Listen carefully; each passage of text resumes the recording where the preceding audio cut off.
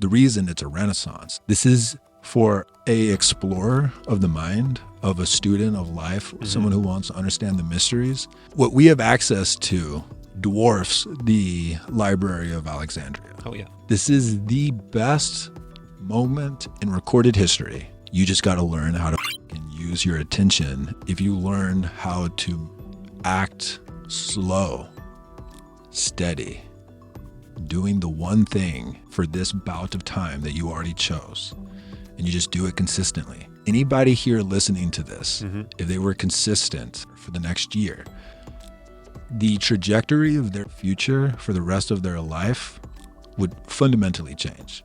Welcome back to the transmission, my friends. One of the things I've been thinking about a lot over the last couple of weeks, particularly after reading Passion of the Western Mind and just seeing how thought and belief and culture has transformed over time, is the importance of context. Because really, it's so powerful that it is the determining factor, the hidden subtext of how you interpret your experience. Like right now, for instance, we are just struggling to tread water in this technology-soaked context, right? Its pull is strong, its current is constant. So much so that I really think in a different cultural context, words like possession might be thrown around. I mean, that's how it feels to me when I suddenly become aware after a girthy bout of doom scrolling. And sticking with this theme of, I guess, context play, what would the opposite be? What would it be if you could get control over that power, use it as an enhancement of your own abilities? Then that very same thing becomes divine, ritualistic, a conduit for the muses to get even more grandiose. Maybe it's a kind of techno-theurgy, as the Greek sages used to call it, people like Iamblichus and Proclus. And yeah, part of me really just wanted to say that word because that's such an interesting rabbit hole, something I want to explore on the show more thoroughly at some point. But technology, coupled with regular creativity, really does have that kind of transformative, alchemical potential. It has radically altered my life, and I know it has for our guest in this one, my wonder brother, Erick Godsey. If you haven't seen any of my other mind melds with Erick, we have so much in common. He is a student of Jung, very well read in that whole tradition of depth psychology, and also in psychology in general, the esoteric, and he's also a pretty dedicated seeker in general. This guy is regularly doing pretty intense retreats. Just before our last one, he got done with, I believe it was 5 days in complete darkness. And actually, as I record this, he's coming back from an ayahuasca retreat. So the man takes an inspiring amount of dips into the Mysterium Tremendum. He's also got a lovely pod called The Myths That Make Us. This one, as again you'd expect if you've heard my previous episodes with Erick, is a true just mythopoetic moonwalk through the Chapel Perilous. But with that, my friends, all of the links that you're going to need for Erick Godsey are in the description. Same for this media vessel, Third Eye Drops. And on that note, my friends, help your pal Michael P out with a like, a sub, a comment, a share. All of it is hugely important for the growth and success of the channel. Also, if you enjoy the transmissions, we've got over 300 more that you're never going to see here on YouTube that are only available on podcast platforms. So do subscribe to Third Eye Drops wherever you listen to pods. And finally, if you would like to go deeper, my friends, if you would like to initiate yourself into our Wonder Lodge, head over to patreon.com/Third Eye Drops. We do a book club, monthly, what I call Wonder Gym Zoom hangs, where we just get together and riff, sometimes with a guest that you've heard on the show. You get rewards like stickers, pins, shirts, and more depending on your pledge level. We've got a patron-only Discord server there as well at patreon.com/Third Eye Drops. Would love to riff with you there. Oh, and I guess I have to mention that this was actually done in person in Austin. I will say, as you might notice, the lighting on my side was really harsh. I did my best to tone it down and make the shadowy, unflattering details go away. You don't care about that. Let's get into this mind meld. Welcome back, It's funny that I can welcome you back to a psychic space when we are in a new physical space that we've never been before. I mean, it's the podcast that we've been doing for like 7 years. That's too easy of an answer, though. We've never, like, I haven't done this, and I don't think that you have, but I think it'd be interesting to go back and watch each of our podcasts together, because it is like we're creating a imaginal space where it's me and you just fucking flipping out our brains with each other, you know? Yeah. I don't ever go back and like listen to old episodes. Like I obviously go back and edit and stuff like that, but I've not gone back and listened to the first episode you and I have done, but it would be interesting. Yeah. It would be interesting. And yet I feel like kind of all the ingredients would be there. You know, it might be like slightly less pointed and sophisticated, but I really feel like the undercurrent would feel the same. Because I feel like you've grown in many ways, I think, since I've known you, like professionally, philosophically, whatever. Yeah. But it like the flavor is still the same flavor, you know? Yeah, I was just talking about this with Caitlin a couple of days ago, because she had a process where she went back and revisited a lot of her old journals. And I've had a process where I've gone back and I've read a lot of my old articles, like the articles that I was writing when I was in college, like 11 years ago. And it's so interesting where you can like see the fingerprint of like the artistic call. Yeah. Way in like the earliest writings. And the other thing that's so interesting is like sometimes you'll go find something from 10 years ago that what is written feels like it is more sophisticated than what I could do now. Oh, yeah? And Caitlin had that experience with her journals too. And it's just, there's something behind and then you start like, oh shit, maybe I peaked 10 years ago. Right? That's not good. I worry about that. Comes in waves. I worry about that. Like if I'm getting introduced to like what I think are more profound, better ideas than what I used to have ready access to. But what if I already cognitively peaked and I just think it's good now? But if I went back and listened to myself at 32, I'd be like, whoa, dude, 32 was where you peaked. I'm not saying I think that, but I mean, it has crossed my mind. Yeah. Yeah, I don't worry about that at all, actually. The way that I see it is that, like, the muse isn't going to strike every day. But, you know, basically there's all sorts of different artists that have their own way of describing it. But it's like, be consistent makes you accident prone of being struck by the lightning of the muse. And if you're 20 and the muse strikes some weekend, something will come through you that's of higher quality than anything you'll ever do for the rest of your life when the muse doesn't strike. But the muse strikes again. And so it's just, the muse knows where to find me to electrocute me, and it's at my desk. Yeah, that's a funny way. I like that. That's a very like trickstery, Robert Anton Wilsonian, and also very Hillman-y way of talking about inspiration, like being accident prone. Make yourself accident prone toward that, because then that's exactly how you do it, right? You put yourself there. You might trip over your shoelaces into a fucking epiphany, right? And that's where then you want to put yourself in the place to be able to do that. I was telling someone about this last night because I was out with Bob and James and a few other friends last night, and dude, this is a surreal moment. So I interviewed Richard Tarnas recently, the legend author of Passion of the Western Mind and Cosmos and Psyche, founder of one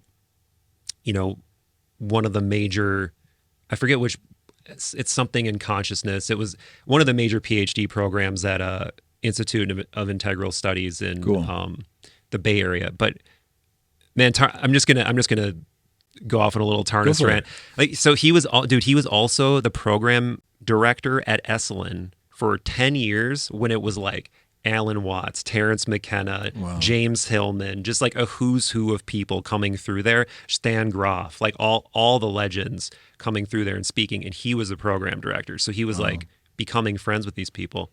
And he was telling me, so he wrote actually Hillman's eulogy, one of them. Whoa. And after I talked to Tarnas, he sent it to me. Whoa. And I was reading it. I'm like, man, this is so surreal that I like know this guy, and he sent me, and was friends with James Hillman, sent me James Hillman's eulogy. But what I love is that there is this majorly trickstery part of his personality that really comes through in his when he's speaking. Like if you listen to a lot of his courses or seminars, he's always joking around, not afraid to drop F-bombs, like not afraid to just like make the audience laugh. Yeah. But Tarnas told this joke about how not long after the Y2K thing happened and everybody thought something big was going to happen, like kind of the same way we all thought 2012 might be this heightening of consciousness. They all thought something crazy was going to happen in 2000. And Hillman said something like, is there no defeat we can snatch from the jaws of this victory, or something like that? And it's like that being accident prone toward the muse, like reminds me of that kind of way of thinking. You know, like we think we're doing, like these reps are so important, but maybe what's really important is that one day that you sit down and do the rep and you screw up into something better. But you only do that through iterating. Right. Yeah. And just making a mess. Could you tell me more about what comes to mind for you when you think about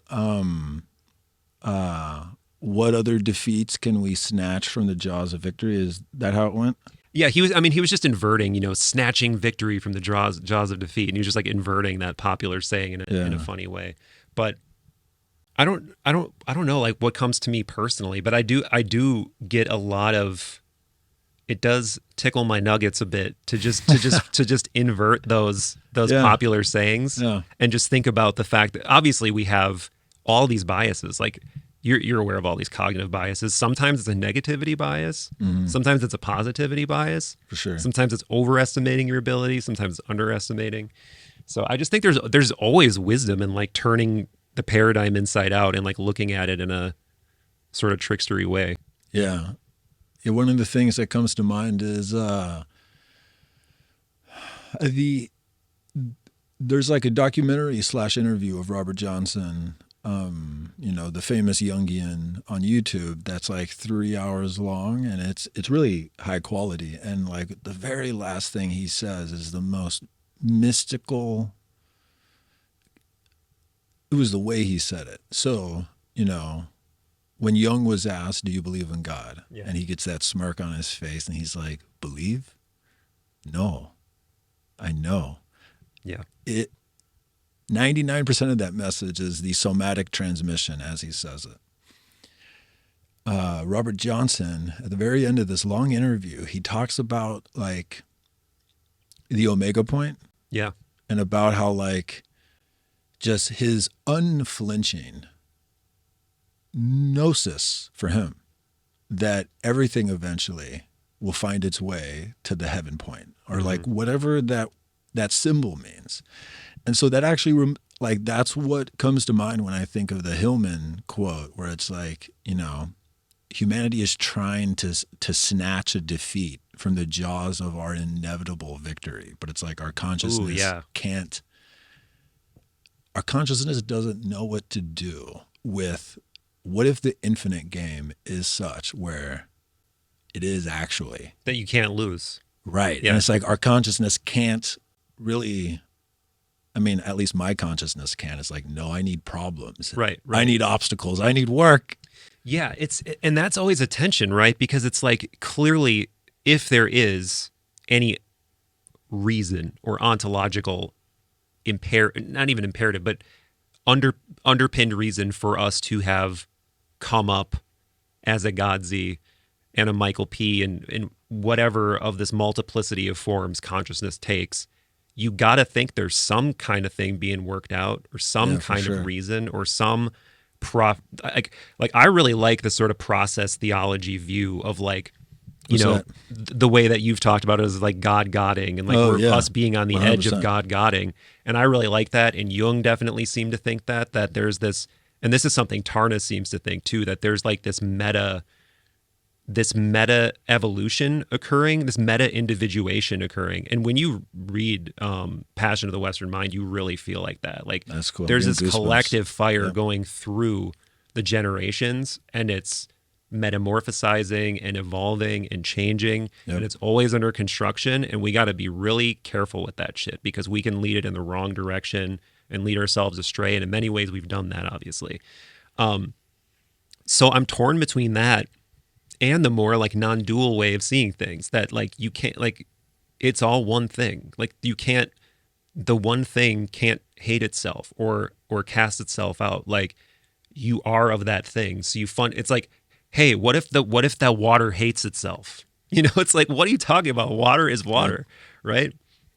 So the way that I make sense of that is there's a couple of metaphors that I use because this has actually been like a core tension that I have felt in myself for the last few years, where it's like the epitome of the Western mind is something like the Passion of the Christ. Like if you can use that symbol, it's like we each have a cross to bear, a individuation to individuate. Yeah. And then there's like the wisdom of the East, which is like,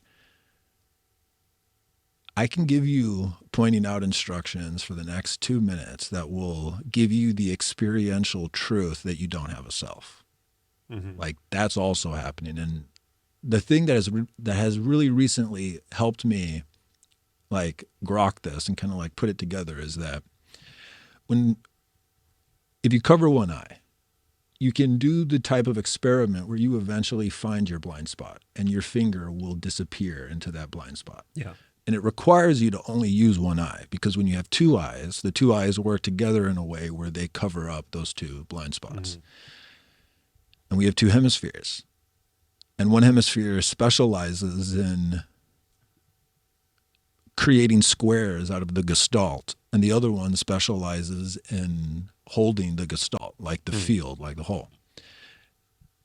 And it just struck me a couple of weeks ago, like it's hiding in the language. It's the West and the East. It's two hemispheres.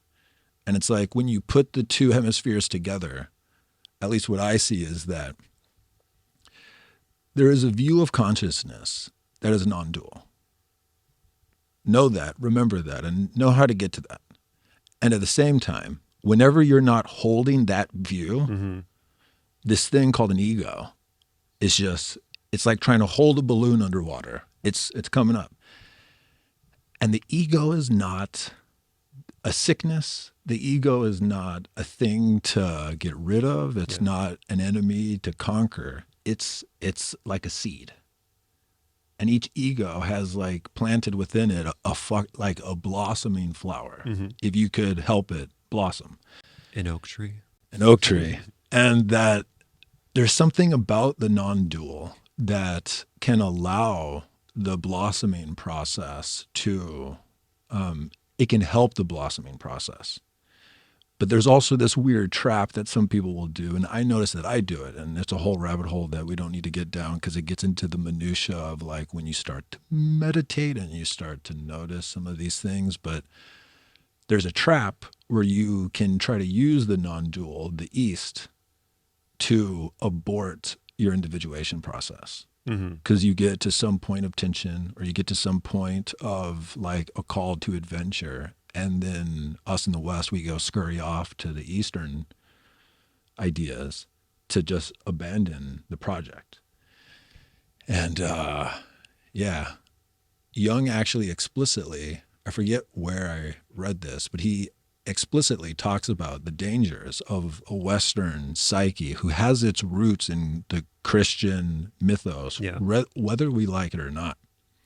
What happens when we go to the East and try to like force our consciousness into that frame? Right. And I really see it as like, it's two hemispheres, Mm-hmm. Yeah. And there, like one of the classical dialectics too in philosophy and in like Platonism and really anything that posits a fundamental oneness is how does the one become many? Like how is the world one if there are many? And that's like one of those things that's really difficult to answer. But one of the answers that I like is that, well, there's two things. One is that whatever the one thing is it's so basic that you can't conceive of it because it's not a concept.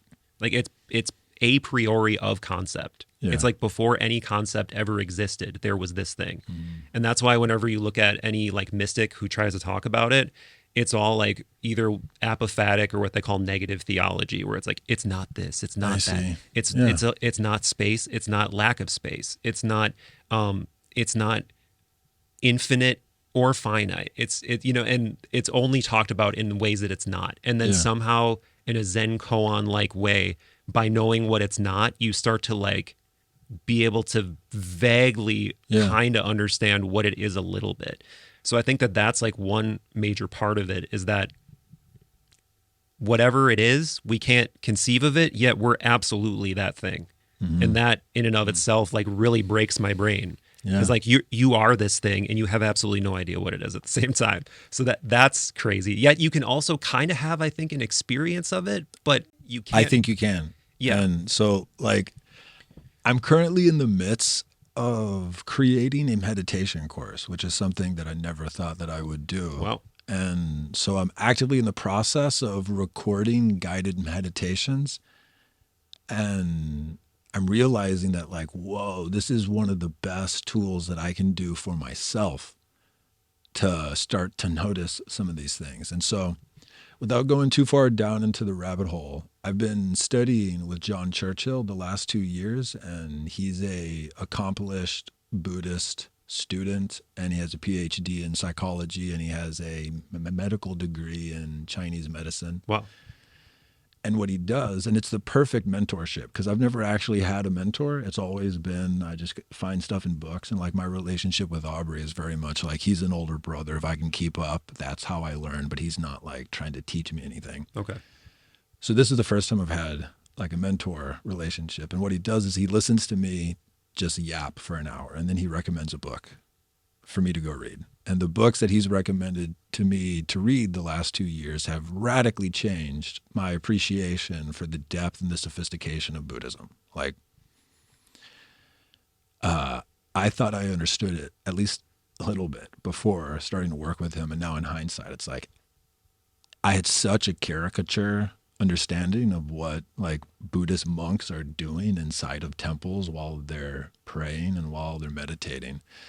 And so the fundamental pieces of conscious experience as flushed out, through like 1800 years of Buddhist explorers learning the same language and then doing these practices and then coming together and talking and comparing. And it's the only unbroken wisdom tradition in the world, because of like they didn't have wars that like fucked up their libraries and killed. It's like a consistent transmission of 1600 years.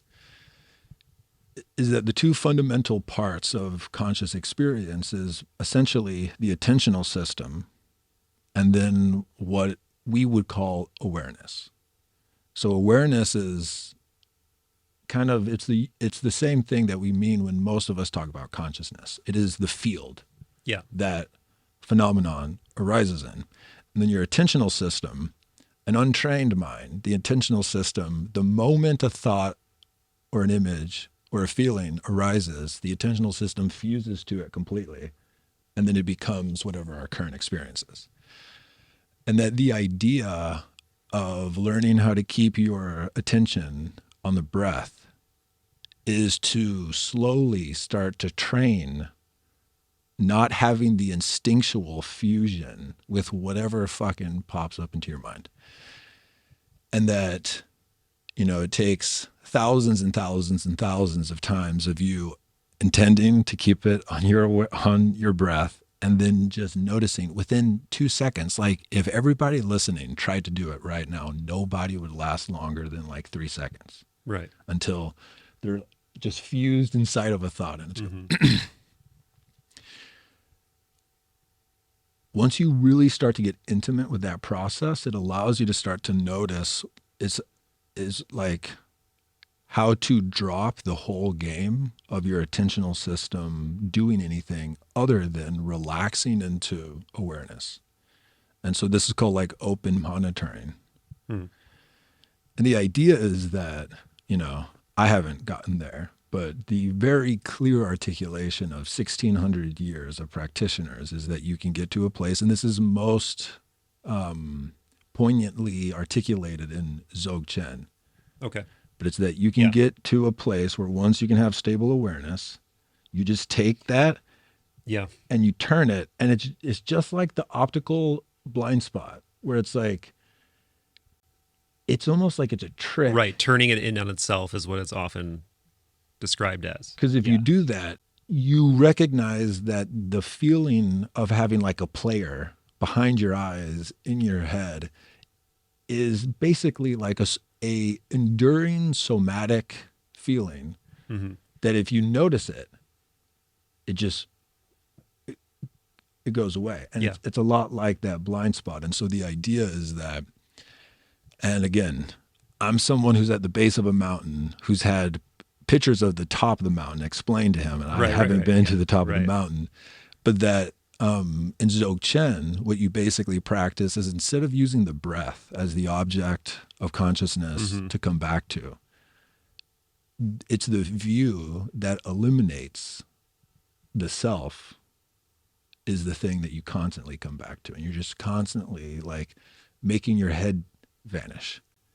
And that, they use that headless. I've heard that used in describing Dzogchen as like something about like the headless practice or something. Yeah, and so just the essence I'm trying to get to is that there is a view of consciousness that appears to need to be trained, but it's a view that everybody has access to, where it annihilates the conceptual mind for just a fraction of a moment. Yeah. And that to me is actually exactly what you're articulating. Dude, whatever the one is. Apology for the interruption, my friends. You guys should see my vitamin box. It is absolutely preposterous how many vitamins and supplements that I was taking. And that's where AG1 came in. And I'm so happy to say that it helped me cancel, I think, 3 or 4 Amazon subscriptions. I have noticed a noticeable uptick in my energy level, not in like a stimulated way, but in a lucid, focused, calm kind of way. That's because AG1 is a foundational nutrition supplement that supports your body's universal needs like gut optimization, stress management, and immune support. Since 2010, AG1 has led the future of foundational nutrition, continuously refining their formula to create a better way to elevate your baseline health. I also love the fact that it has that gut support. It's got prebiotics and probiotics. They are constantly improving their formula. They've got a team of doctors and scientists. I really enjoy the fact that I know that I'm getting all of my daily nutrients. I'm getting that gut support, and I got to cancel all these other vitamin subscriptions. So my friends, if there's one product that I would recommend to elevate your overall health, it's AG1. So I'm so glad that they are a new partner. And not only are they a new partner, but if you sign up through our link, you are going to get a free year supply of vitamin D3 and K2 drops. And you'll also get 5 free travel packs of AG1. But you must go to drinkag1.com/third eye drops. Again, that is drinkag1.com/third eye drops. Check it out, and back to the mind meld. It's so weird that you're bringing this up because I've had this exact same thought. Because Dzogchen is like this idea of Rigpa, they call it. The Tibetan word is like you get to this ground, like this fundamental primordial ground of consciousness. Yep. And it very much does sound like this platonic one, like this thing that you can't, that's like pre-concept, this absolutely fundamental state of being where there is no concept before that. And it's depicted, I've seen it in Tibetan art, like a white light, like sometimes like a white light with like, Tibetan characters emanating off of it or something like that. Yep. And what's so interesting is like the Platonists emphasize the grandeur and greatness and everythingness of it. And it seems like, again, and this is a perfect juxtaposition between East and West, right? The Tibetans seem to emphasize the nothingness of it. Like this is emptiness, this is nothingness. But from the Western mind, it seems to be the everythingness, the primordial isness, right? But I think obviously I haven't experienced this either, but I think it's the same thing. Yeah. But I also would really, really love to speak to someone who's done a Dzogchen initiation and has experienced that Rigpa at least for a little bit, but is also aware of this Platonist stuff and what they think. That's I would love to have that conversation. You're going to have to become that person. Because if just the juxtaposition of those two. I look forward to watching your journey where you become that person, and then I'll interview you, and then the people will have it. Also, coincidentally, I think last time we talked, you had just come off your darkness experience. Yeah. And there's a guy that I started following that Miles Neal knows that is a Lama. He's a Western guy. His name's I have never talked to him, but I just follow him. But his name's Justin something, and he primarily is initiated into that Dzogchen tradition, and he actively does it, and he also does the darkness stuff. Cool. So it may be time to reach out to that guy. And maybe it's time to go into the dark. Yeah, you had me pretty much convinced last time, and then it kind of just went away. While you're here in Austin, I'm going to recommit to trying to make that current again. And the thing that I want to touch on with, like that the Buddhist Dzogchen perspective of that thing that we in the West and mostly in the Platonist tradition see it as like awe. The accounts that I've read, and again, I just have to give so much credit to Churchill because the books that he has pointed out to me to read have, like, he has saved me years. What are some of the books, if you can remember? As it applies to Buddhism, the best one by far has the worst name, but it's called Sustainable Happiness. Oh, yeah, we've talked about this one, yeah. Bruh. Like, just absolutely a masterwork. And I've only read probably 180 pages of it, and it's like 700 pages. Wow. And the 180 were just like, I've been digesting that, I think, since March of last year. Yeah, I think we talked about it like around, because we're having a similar conversation in some other podcast where we're talking about a lot of the stuff under a different context, I think. Mm-hmm. But yeah. Yeah, because I think what I was getting really blown away by was that they have a specific type of meditation practice called, I know what you're talking about. Yeah. Guru worship or something. The deity-based one. Yeah. It is like a chef's kiss version of the best of like Western esoteric magic with the CK. Yeah.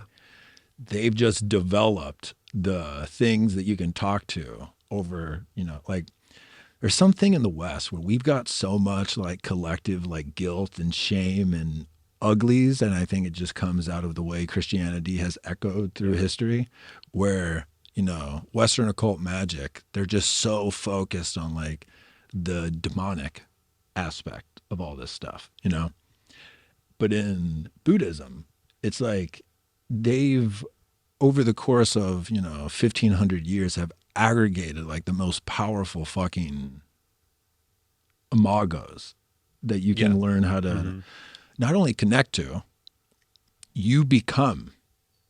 Right. And then from that place of becoming, you go either fuck, kill, or like interact with other imagos. And something that I didn't really appreciate until I started to get into it the last 2 years, but most of their highest like symbolic icons are two gods in a sexual embrace with like death symbols and flame symbols around them, but also like rainbows coming out of their hearts. And it's just like, what are those tonkas? Are those like those Tibetan pieces of art that have like all this stuff you're describing? Yeah.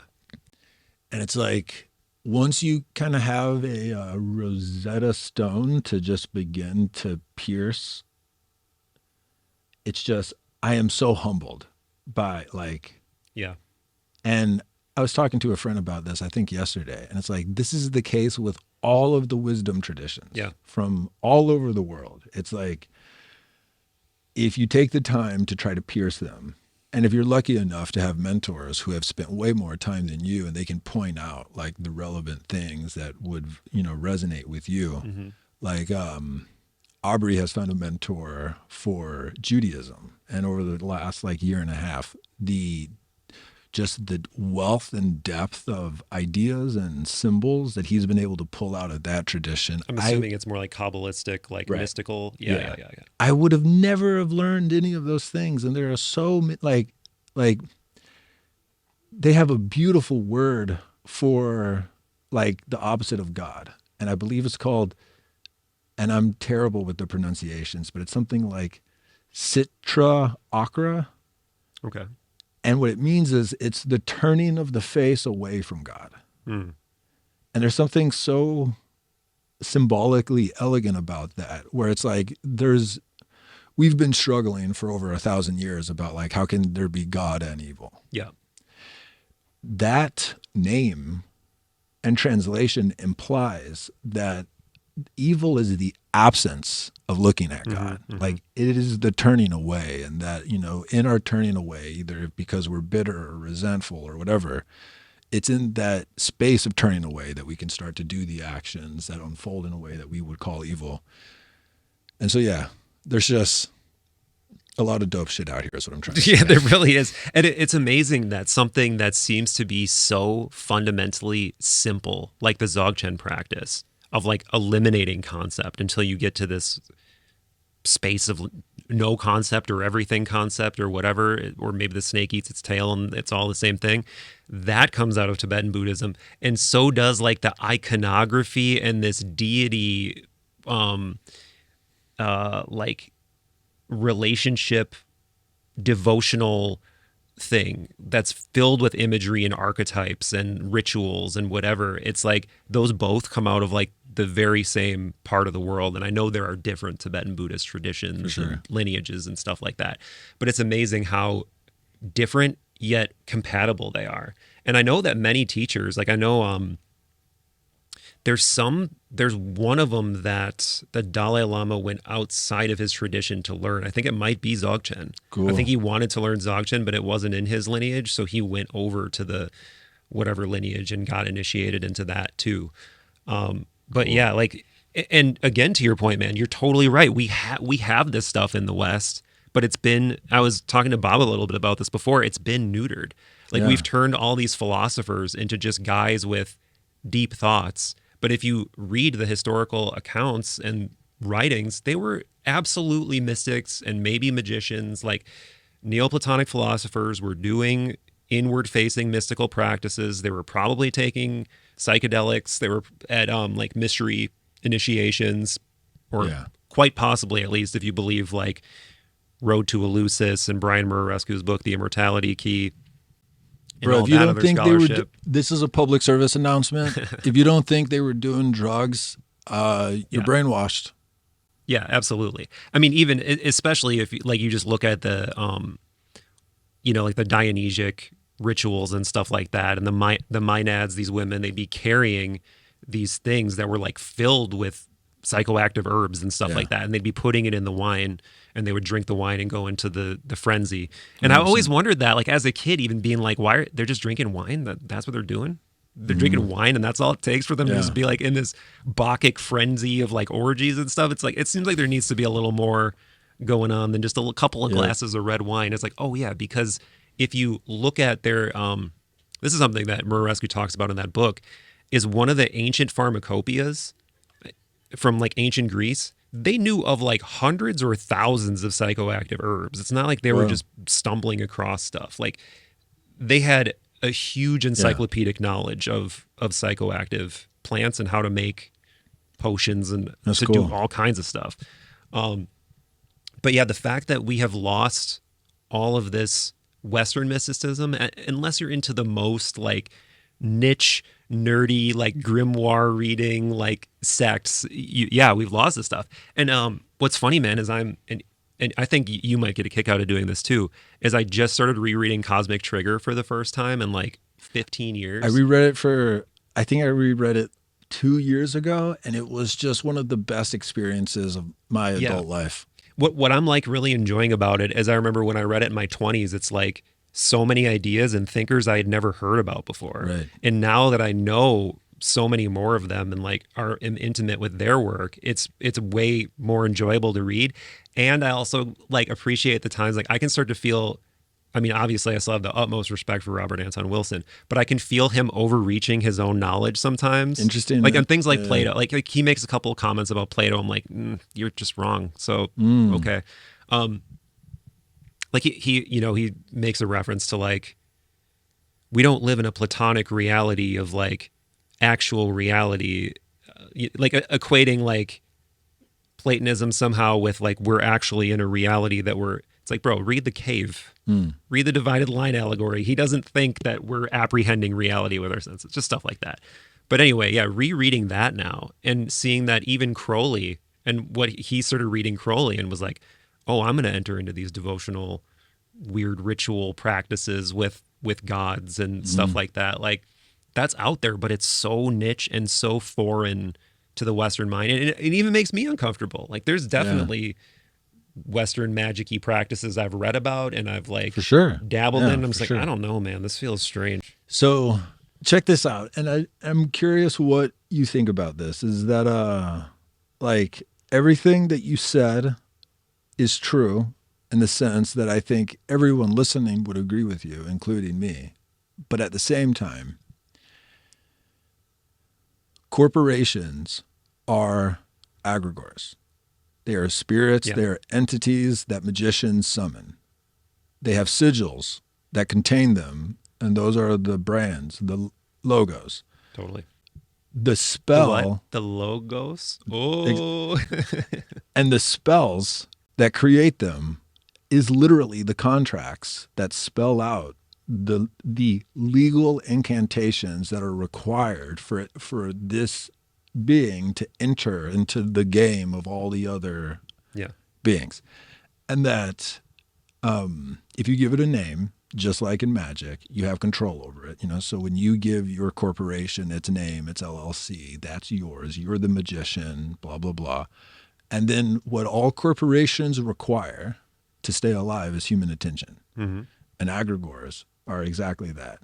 And it's like the way I heard I'm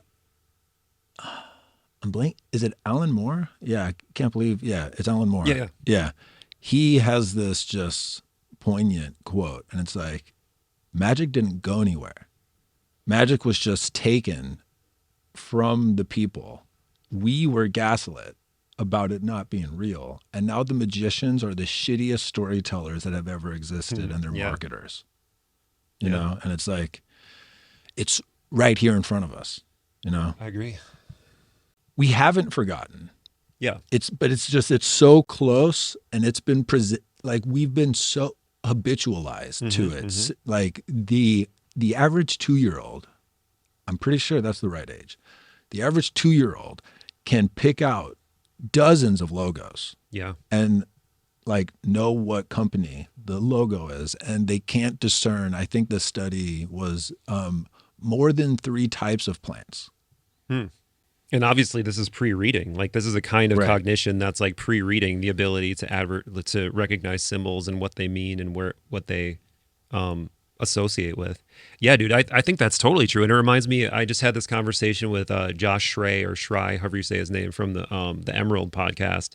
And it's like this idea that we're in this time now where this sort of like memeified psychology and therapy speak has infiltrated every segment of reality to a point where it's just the way people talk about their lived experience, like with popular psychology language, like their trauma, their depression, their whatever, to a point where we think that is what the experience of being a human is, and that is somehow ontologically real, right?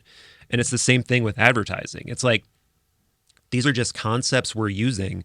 But if you look at, to your point, what's going on behind the scenes, what the fuck it's like, it's all psychic warfare. It's all psychic, like attractors and attention, like pockets and idea transmissions coming out of buildings that are trying to get you to buy something or do something or act a certain way or wear a certain thing.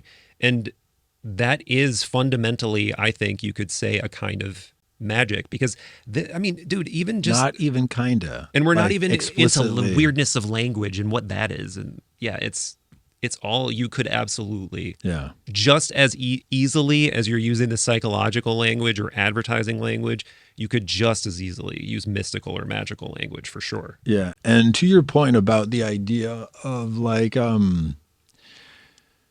we've started to pathologize Or no, actually, it feels like what he's saying is that we're doing the opposite. That things that are actually pathologies, we're talking about it in a way where we're starting to just accept it as it's a part of the human condition.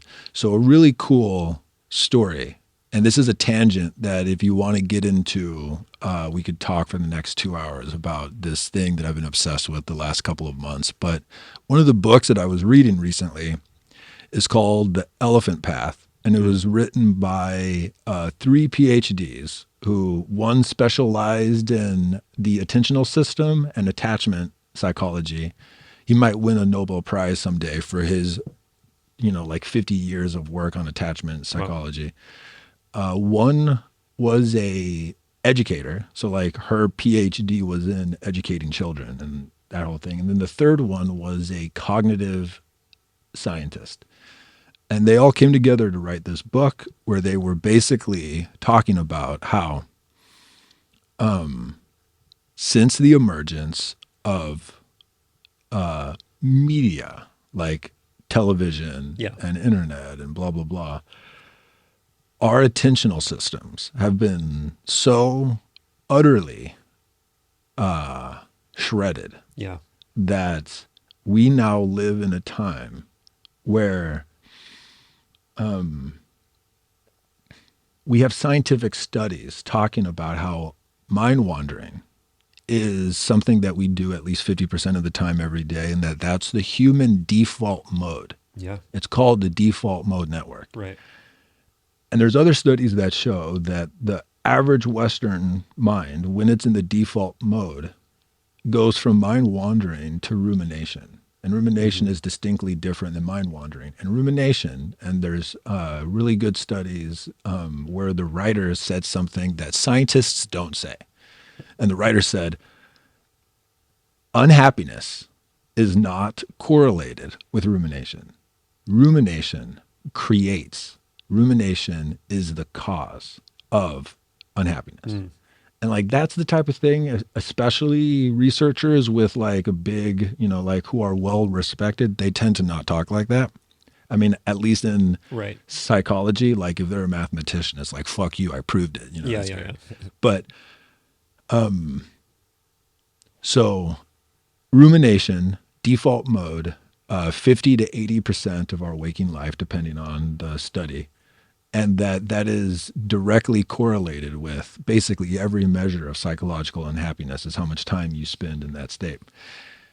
And it's described by researchers as the default state of humanity. And one of the writers of that book, he talks about there was a event that author put on for the Dalai Lama and some other like high-ranking people from the East. We're going to come to like a convention of like the 20 like top researchers who wanted to learn Buddhism. And this was back in like the 80s when this was really starting to pop off. And one of the people asked the Dalai Lama about why is it that the human default mode is to ruminate? Like the human default mode is to ruminate, like is to like be self-critical.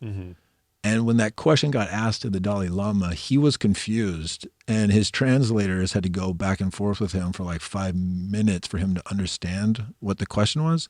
And once he understood the question, he like sat forward and looked at the crowd and was like, why would you let your mind do that? Wow. And the writer, his name is Daniel Brown. He died last year, rest in peace. But because he believed in Buddhism, he's reincarnated probably. So I think he's having a great time. But he said his professional opinion, and this dude is like highest caliber type of, researcher that we're able to produce in the West. He's like, my professional opinion plus this anecdote makes it clear to me that the default mode that we think is normal in the West is not. It is a pathology. And that if you grow up in a culture where you teach children even basic focus and awareness practices, they don't have that type of automatic self-loathing. Man. That's crazy because think about what that implies for so much about our motivations for everything that we do. Because if you're in that ruminating state of mind, it requires a state of feeling like you're lacking something. Mm-hmm. Like if you're sitting there essentially just cycling on an idea or even a number of ideas over and over and over again, that means that you're also, to your point, you're kind of in a straight path toward broadly unhappiness. But that unhappiness feels like a kind of lacking that comes from like hyper focusing on one thing or a very small number of things that then makes you think about what you don't have or what you're missing or what could make you happier. And there's so much of our lives that's spent, even more now with technology, dude. Even from my own standpoint, it's disgusting. Like my habits with technology are absolutely disgusting. I disgust myself every day. Everybody listening knows that that's true for them too, but most of them don't feel disgust because the shame is so strong that they're unconscious to it. But every single motherfucker listening to this right now. But what if, like, for the first 5 years of your life, to your point, if you just had, what if that was the first kind of education you got? It was like just how to don't worry about reading, don't worry about writing, don't worry about any of this stuff. Like, learn how to, like, when you notice your mind start to do this, teach your mind to do this. Your mind starts doing that, we got to take it back in like this. The default mode pattern starts at age 2. Wow. So it's starting to happen like when we're young. And so exactly to your point, like having some type of practices early in life would change the directory of someone's life. But just to like flesh out, like you were bringing up only one type of rumination, and it's the one type where you're lacking. There's also, and I think like I would never have these examples, but because I talk to some of the people I talk to, there are people who ruminate about what they currently have that's great for some reason that they can't understand, like their mom will die. And they can just feel that their mom's about to die like tomorrow. But that doesn't happen for days or weeks or months or years. But there's this impending feeling of like, what I have now is going to end. And so I'm in a constant state of worrying like about a hypochondriac kind of rumination. But it's almost like an OCD type thing where it's like, if I don't do X, Y, and Z, then my mom will be killed. So there's that type of stuff. But then there's also the like, it's not that I'm lacking, but it's like, oh, I can't fall asleep. Maybe there's something wrong with my brain. Yeah. Maybe and then they just go.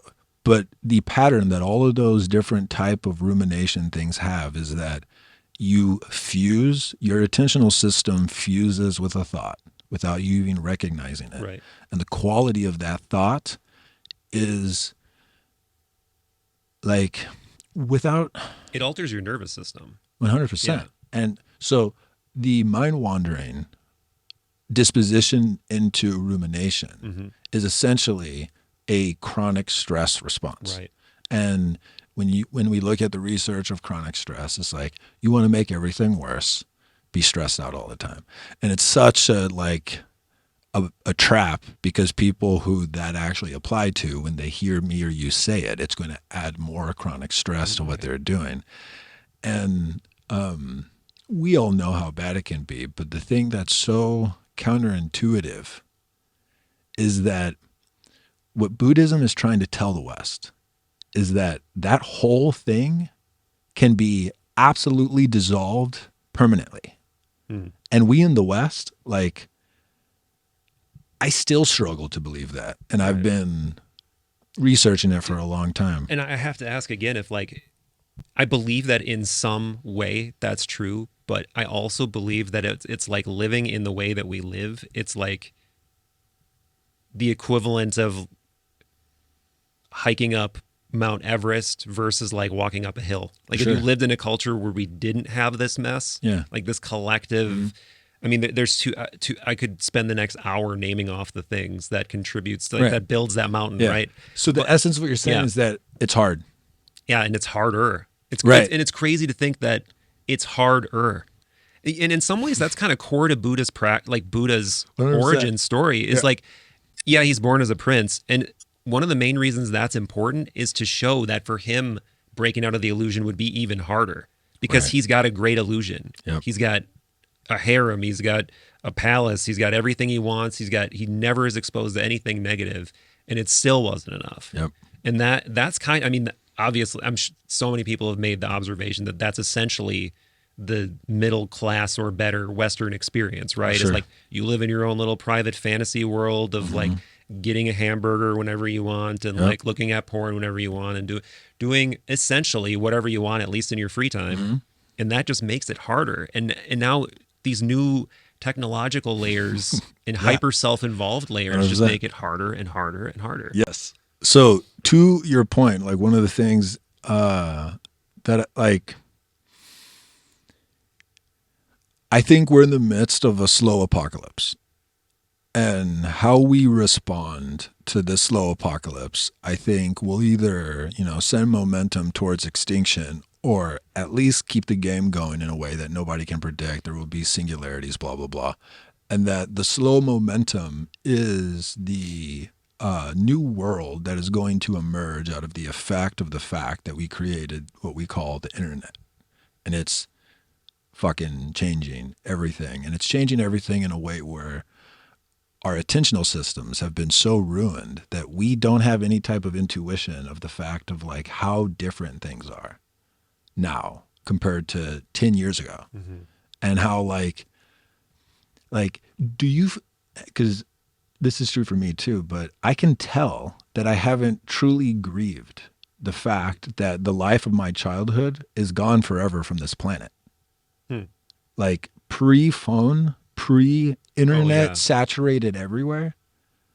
There was like I think most people have unprocessed grief, if they can recognize it at all, that shit is gone. Yeah. And that if you have some type of illusion that you think that you're going to go find, the perfect farm somewhere and you're not going to have the internet, blah, blah, blah, whatever is happening culturally is going to continue to happen. And there's nowhere that you can go on this planet where if we fuck up as badly as we for sure can, and that we seem to be momentuming towards, there's no place on this planet that you're going to go be able to hide your family from how this falls out. But waking up was hard enough during Buddhist time. He had to do all the things that he had to do and create the systems that he had to create, and they had to create monasteries, blah, blah, blah. So baseline, it's hard for sure. It's way harder now. Yeah, I think so. For sure. So it's either you don't try or you try. Like, yeah, it's harder. But it's like, I'm at a place where I'll go insane if I don't try. Right. And so, yeah.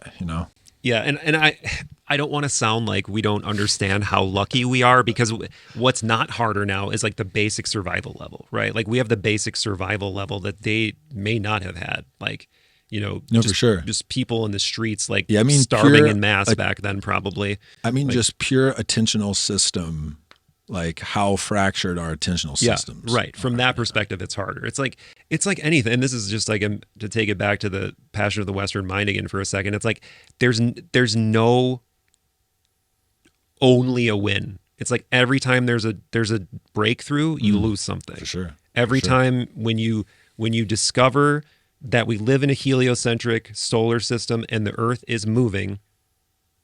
Now the Earth is not the center, and not only is the Earth not the center, that means you're not the center. That means the universe was not created just for you. Like, at least that's how it was interpreted by the Catholic Church and suppressed for that reason. But like, there's always these trade-offs. It's like, yeah, you have your basic needs met, but now your mind is getting gobbled up by transistor-based demons all day long that are just like munching your neurons like Pac-Man, like, all day long.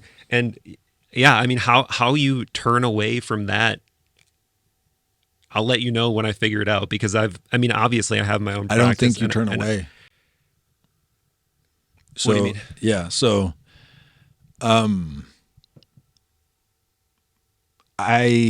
what I feel called to is basically like, how can I learn how to create games for myself where I can enter into this world intentionally? Because here's just what's true. Unskilled use of the internet will destroy your attentional system to the point where you're basically like the R word. You know, you can't even say it, but like attentionally.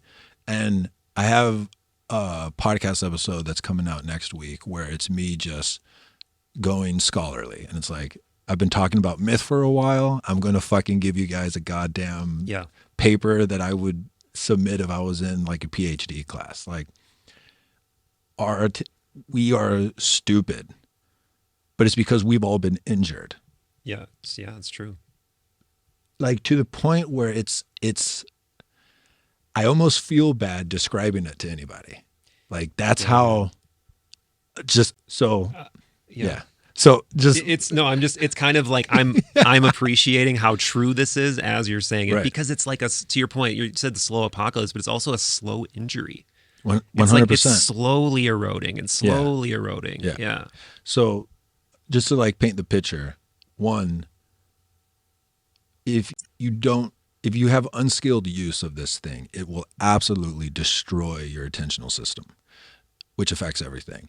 But two, if you learn how to intentionally use this, and maybe not even intentionally, even if you just stumble in here, there's a couple of things that are available to you. One, you have the opportunity to meet the just right people who you feel like you were made to be friends with. Yeah. Whereas 20 years ago, like you and I never would have met. Yeah. Like the internet saved my life. Like this is a story I go into, but when I was 19, before I heard my first podcast, I literally I had never met a male in real life who was an adult who enjoyed his life. Wow. I grew up in a town of 8,000 people. Every adult I knew was bitter. Yeah, I think that's true of me too. Yeah. So the first podcast I heard, I still remember how it felt. It was with Joe Rogan and Aubrey Marcus, and I didn't know who either of them were. But what I felt on that podcast was that they both loved what they did. And that changed my whole fucking life. Like I can't overstate how important it was to get that example. So that's something that the internet is able to give that is absolutely like worth the cost. And if you're able to use the internet with consistent, sustained attention, that's just slow and steady, over the course of a year, you could learn anything that humans have ever learned. You know, so like I'm talking about like technical knowledge. You're not going to learn how to jump like MJ. But what you could like, if I had a consistent attentional system and I had access to the internet and I was 10 and I wanted to get great at a sport, this is the best time in history. For sure. Yeah. Like, yeah. Yeah, even thinking about like myself as a kid, I did martial arts, right? So the best martial artist I would see would be in like a movie or like at my school, like whoever the best was. Now you can like, not do you want to see a world kickboxing champion? Which one? Do you want to follow them on Instagram and like sit there and just like watch their technique for an hour? Yeah. So this phrase just came through in the recent podcast I did over this. And when I heard it back, I was like, that's really good. I forgot I even spoken that. But we are living through a schizophrenic renaissance. Oof. That in this moment, if you are unskilled with the internet, it will fucking derange you.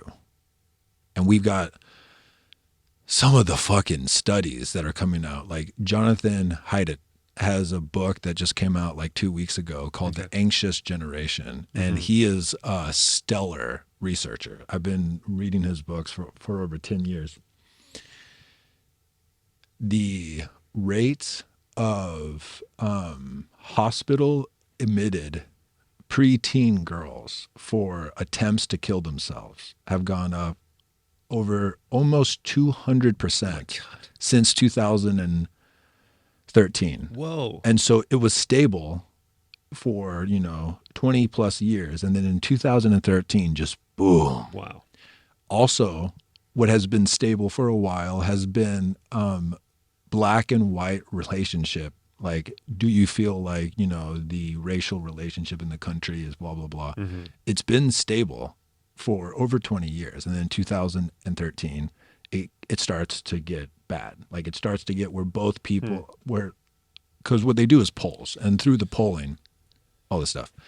And then the other big thing that has happened is there's a specific type of poll that Pew has been doing for like decades.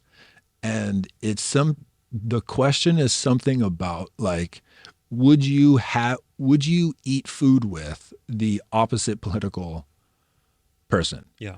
And for the last 40 years, I forget exactly what the question is, but the majority of people on both sides would still share a meal with the people that they do not agree with. And then starting in, I think, 2012, 2013, it started to fracture in a way that we haven't seen since we've been tracking this thing. And Jonathan Haidt, and I think I'm saying his last name right, is Haidt, Haidt. Okay.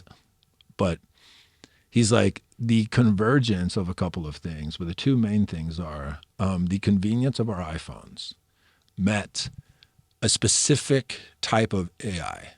And it's the AIs that are optimized to keep your attention to stay on the site as long as they can.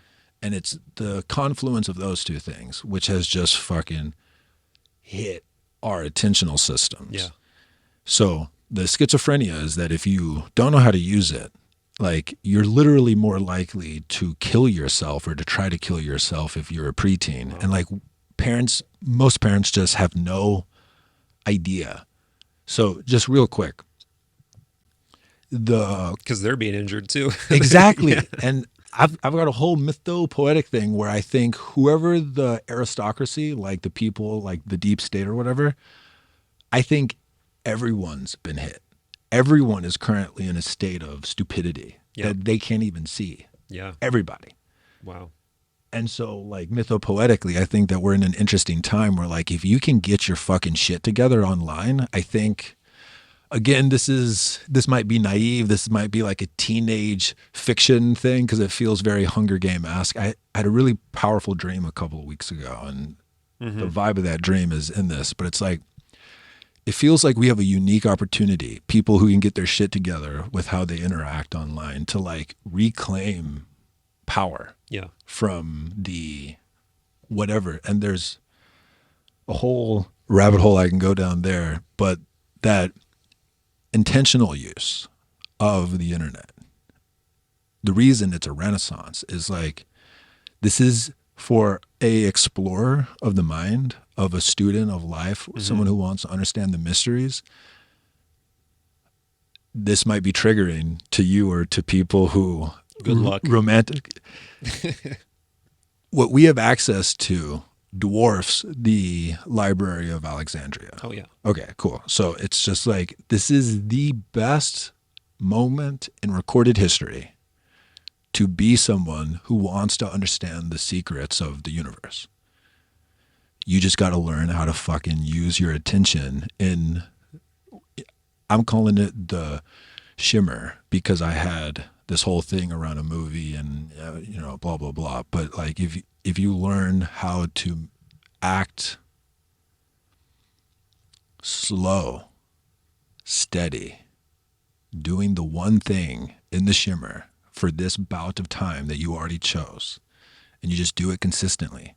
Like anybody here listening to this, if they were consistent with their interaction with the shimmer for the next year, the trajectory of their financial future for the rest of their life would fundamentally change. Or they have some illness that they haven't been, like, if they have like, this is the best time in history that if you have a chronic illness, you can actually go find things that can actually help you. Because 20 years ago, if you had a chronic illness, your doctors would not really be able to help you. And good luck. You would just find some person who's like, I'll put some needles in you or I'll chant over you. And there's still a lot of like, it's the schizophrenic renaissance. There's so much bullshit online. Yep. But also, it's not all bullshit. Like one of the things that I think is hard to appreciate is if there's someone online that you love to hate, but they've been around for 10 years and they're still online, the chances are, as much as your haterade hates to admit it, they're actually not fraudulent. Like even fucking Grant Cardone or fucking, Tylo, was it Tylo? Right. Was that one? Yeah. even him. Like one of the things to like, if you could step outside of your judgment and just kind of look at the like game dynamics of what it means to do anything online now is like, if you're really a fraud, you're not going to last, and it's like, yeah. Maybe. So the one thing that like a thing to really appreciate, like, have you been keeping up with the stuff with our boy P. Diddy? A little bit. Like I know, Okay. I know generally what's going on. Yeah. I've had this convo with some people, but it seems to be the case that like before the internet was created, there was a game that you could play if you were a fucking psychopath. And the game was get to Hollywood and find a job where you're a gatekeeper to something that young, talented men and women want. Right. And if you can find that place, you can fuck them. Right. Yeah. You're like a casting couch Exactly. piece of shit. Yeah. And I don't think we'll ever be able to appreciate how fucking disgusting it was. Yeah. But like since the rise of the internet, whoever hasn't been exposed, they've got to be thinking about it every day because all of them have to be like, fuck. Yeah. Because of the way everything is getting connected. And so that's why I say, like, if you're consistently fraudulent. But there are kinds of being fraudulent that actually reward you socially, I would argue. Like, I would argue that... Yeah, I would love an example. Well, as long as you find a way to become wealthy or gain status through whatever means, you're not going to be considered fraudulent necessarily, but that doesn't mean what you're doing is good or it's like something that people should seek after. Yeah. There's a lot of people who've obviously like misused power or deceived people or sold bad products or done whatever nonsense, and they've like made a huge name for themselves by like being a snake oil salesman or whatever. Like, well, right, but if you just feel into what it means to make a huge name for yourself for being a snake, to be a snake oil salesman feels like you've reaped what you sowed. Like you are now known by everybody as being a piece of shit. That's true. And so like what I'm saying is I don't know Ty Lopez. I don't know Grant Cardone. Yeah. But they're probably making people money. And just the main point I'm trying to make is that most of us don't blink an eye when we think about going and paying $80,000 to go to a higher education university. And this is especially schizophrenic. Maybe that's the wrong word. It's especially hypocritical when it is applied to business or entrepreneurship. But if you're paying $100K to go to a university to be taught by a professor who doesn't run a company, as opposed to we now live in a time where if you just have a little bit of discernment and you have a bit of patience, you can find incredible people who are highly specialized in the thing you want to do. Yeah.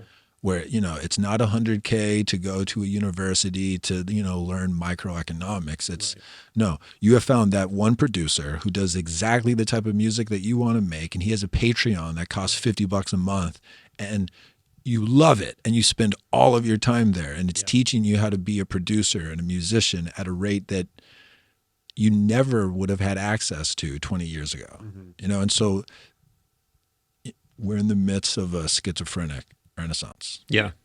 Yeah. I think there's two things that I was thinking in terms of the technological drunkenness that we're talking about that has just absolutely gobbled up the psyche of the masses. And I was talking to Corey Allen yesterday during lunch about that time in history that like, it was a long span of history where people basically didn't drink water. They just drank alcohol all day long. And then one of the things that really, for lack of a better term, elevated human consciousness is when coffee started becoming widely available because coffee shops started becoming the center of like meeting and culture. And obviously the difference in consciousness between consuming beer or ale or whiskey all day and drinking coffee is like 180 degrees. Yep. And it actually became like scary for the powers that be at the time because they're like, 100%. Whoa, these people are having way too many ideas that are not in line with like the status quo. This is dangerous. And it almost makes you wonder, like, what could potentially be the coffee that like wakes us up out of this kind of technological hypnosis. Yep. And I'm not sure what the answer is, but it's not that it's not going to be some other kind. It may well be another kind of technology or something that allows us to metacognate better in a way where it's like, hey, like we can zoom out further on the way we're using our time and cognitive resources, and we can take control back from these like pleasure-seeking, dopaminergic kind of behavior patterns and stuff. So that was one thing. The other thing too is like, just practically speaking, and I said this to Bob just before, is like, I think what's even more powerful than that, it's kind of like what we were talking about before about the kid. If you teach him how to use his brain, like the most fundamentally important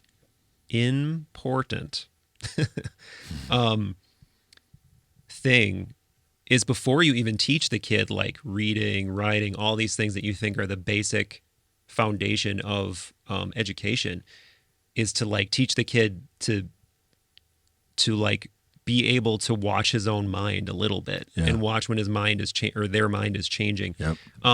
I think one of the most important things beyond, going to someone's page or going to someone's Patreon who can actually teach you to do the thing is what is your own understanding of what you are capable of. Because if you come at any of these disciplines with a DIY work ethic of I can do this, I don't need this guy to teach me, I don't need that guy to teach me, I can do it.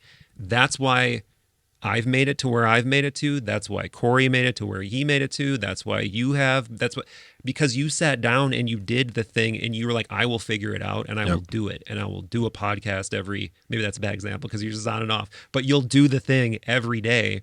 And it's not if this guy lets me, not if I can hire that guy, not if this guy says yes. It's like, I'm going to just do it. And if you can have that mentality, of course, you're always going to need resources to learn, but that's the thing I think that comes before any of that. That's 100%. More important than any of that.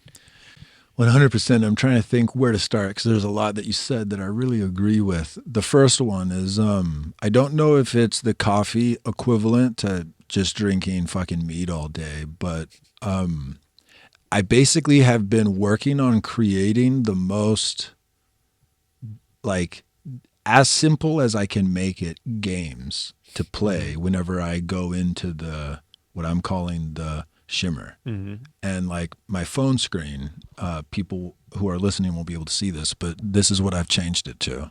Oh, just black, duration and intention. Okay. Right. And so whenever I open my phone, here, I'll take a picture of you on the phone that I can flash up when we, So I ask myself, how long am I going to be on my phone? And what is it that I'm intending to do? Wow. And then I set a timer. And dude, I cannot, like, it's so humbling. We're all so addicted. It's fucking crazy. Even doing this, almost every single time when the timer goes off, I'm like, fuck. Because I ended up somewhere else. Right. And so what I've been doing is, and I've been testing these games on the class I'm teaching right now, and the outside of class engagement between people because they're playing these games with each other is skyrocketedly higher than anything I've ever seen from 6 years of teaching. And so I'm like, oh, there's a thing here. And it's basically, there's like an easy mode, a medium mode, and a hard mode. But the easy mode is when you enter the shimmer, you say out loud or just in your head, what is the one thing that I'm intending to do, which is why I'm going into the shimmer, and what's the duration? So I set a timer and I intend to either do the one action or I just sit there. And then when the timer goes off, I get up, and I go walk around and I go fucking touch grass or do whatever. So let's talk about why you use this phrase, the shimmer. You said it's from Annihilation, right? So what to you is the shimmer? Could it be? It's like anything, right? It's not just the phone, or is it just the phone? So I'll just go into the fucking spiel. Do it. So the big insight, one of the big insights I got from when I was in the darkness was that I needed to learn how to I needed to learn the craft of horror. Yeah. Like I needed to learn how to write horror. It's something that I've never written before. And it's actually, when I first had the impulse to be a writer in college, I actually wanted to write like short horror stories, but it's because I was going insane and Okay. it was, yeah. So, as soon as I got out of the darkness, I started listening to Stephen King's book, The Stand, and that's regarded as his magnum opus, and it's like 55 hours long, and it's incredible. And what it taught me was that like horror, like good horror, not the like boo, scare, something gross type thing, but like good horror looks at like the brutal aspects of life while keeping the thread of the good, the true, and the beautiful still throughout. And Stephen King, I thought, did a great job in the book, The Stand.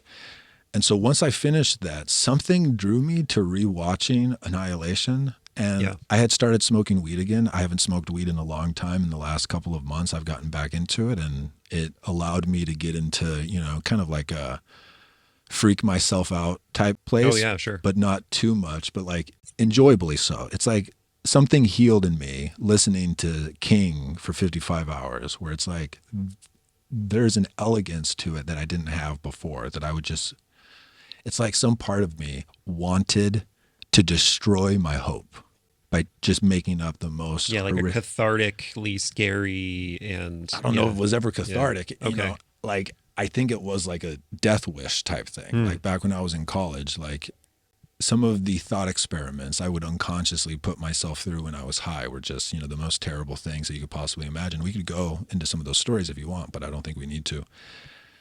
But I was rewatching Annihilation and something hit me as like, this is a great symbol for like what the internet is. And so then I started doing some research. And then once I started doing the research and I learned how this story came about, I feel like I've discovered something true. So the movie Annihilation is based off of a book, and the book was written by a writer who is really, he's like a well-known writer in the genre called weird fiction. And he's like an environmentalist, and so he does a lot of weird fiction where he's trying to help the reader see, that we're destroying the planet. And he seems kind of like a vanilla guy. Like, I don't mean that as like a diss, but just he doesn't seem to be doing a lot of psychonautic adventures. And a couple of years ago, he had to get his wisdom teeth removed, and so he was given oxycodone, and he had this really weird dream. And the dream was he was inside of an organism that was a tower that was inside of the earth. And then written on the wall of this organism tower was this like apocalyptic poem. Wow. But the writing was like fungus, like it was like alive. Whoa. Okay. And then he wakes up from this dream and he remembers the poem. And so he starts writing. He writes almost 1,000 words. And he says, as a writer, I've never remembered more than a word or two from a dream ever. And so this landed in me as like odd. So he went and he showed it to his wife the next day. And he asked his wife, is this a story or is this just me being on drugs? And she was like, this is a story. He wrote the book in 3 months. And, like that's super fucking fast. Crazy, yeah. And so then when it came out, a couple of months after it came out, somebody gave it to the director, Alex Garland, who was the director of Ex Machina. And Ex Machina is regarded as probably the best artistic exploration of like how weird it's going to be when the machines wake up. Yeah. Someone gives him this book as he is finishing the editing of Ex Machina. And so he reads this book and he says two things. One, he says it's the first original story he has read as a professional in his entire life.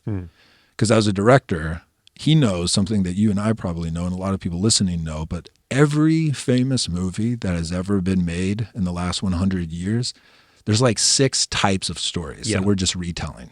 They pretty much follow like the 3-act thing and follow the hero's journey sort of. Right. Yeah. And Kurt Vonnegut has a great video where he basically says that there's only 3 types of stories. And it's either you start bad it gets worse, and then it's awesome, or you start good, it gets bad, it gets good, it gets bad, it gets worse, and then he maps out one other. But whatever, there's a couple of core forms.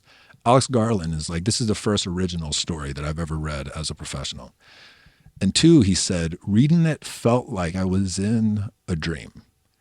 Because the way the original writer wrote it is it's from the first person, but it's very like glitchy and kind of like, you kind of like fall into old memories and you come back, and it's very weird. So he was like, I'm going to write an adaptation, but I'm going to write an adaptation in a way that I've never written one before, where I'm going to write it as if it's a dream responding to a dream. So, I'm going to read the original only once, and then I'm going to write the adaptation without ever going back and trying to see if I'm doing anything right. It's just from the hip, from the heart. And so then he makes this movie, Annihilation. So this story came as a dream to a person whose expertise was both writing, but also trying to grasp the slow apocalypse of our not being able to see the environmental impact that we're having on the planet. And then that went into the psyche of one of the leading directors in the world who's trying to depict our relationship with machines and like the rise of them waking up. And then out of that comes the movie Annihilation. And in the movie Annihilation, they introduce what they call the shimmer. And that is not a word that's used in the book. I read the book and it's awesome. And that the shimmer in the movie has 4 qualities. The first quality is that every expedition that has gone into the shimmer, it's basically like a big area of effect. Yeah. You've seen the movie. Okay. Yep. So the first quality is that all the expeditions that have gone in there have either killed themselves or killed each other. And that's Jonathan Haidt's work. So since 2013, the amount of our infighting and the amount of us trying to kill ourselves has gone way up. So that's the first one. The next one is that the shimmer creates a type of retrograde amnesia. Like it makes it to where the people who go in can't remember how they got there. Right. And this is what we just talked about with our attentional systems. Right. Yeah. And again, I have a podcast coming out next week that probably has like 50 citations, and it's just like, it's bad.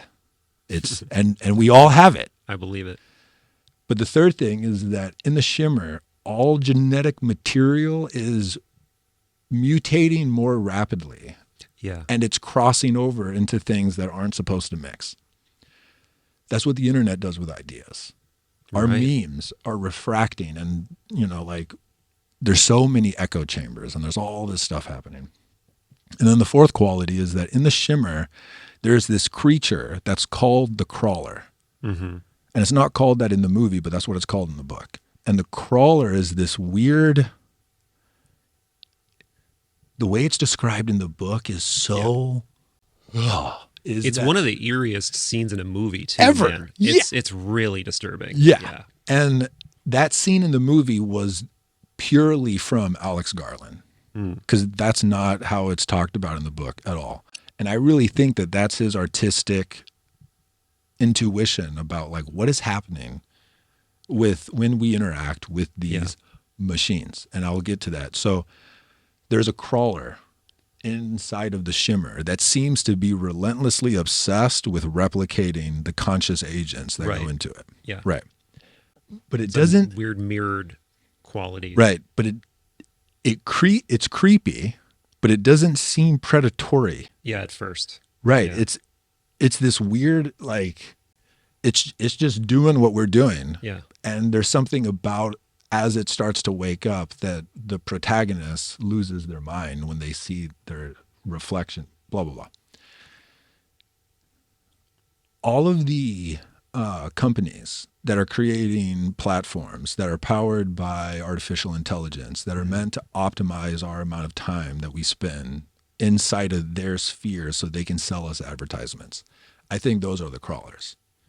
And so the way it lands in me is I don't think it's just like academic, like, ooh, look at these connections that I'm able to make. I actually think that It is a living symbol that has come through to artists where it's the collective unconscious trying to dream a dream to contend with the fact that there's a new thing on the planet with us now.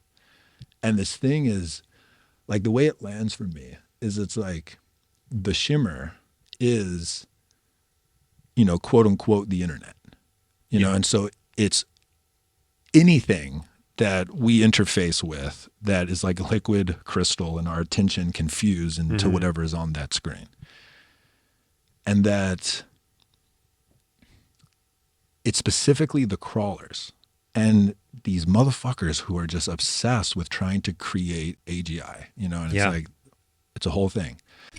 But it's like what I see, because at the end of the movie, the thing is able to be caught on fire by the grenade.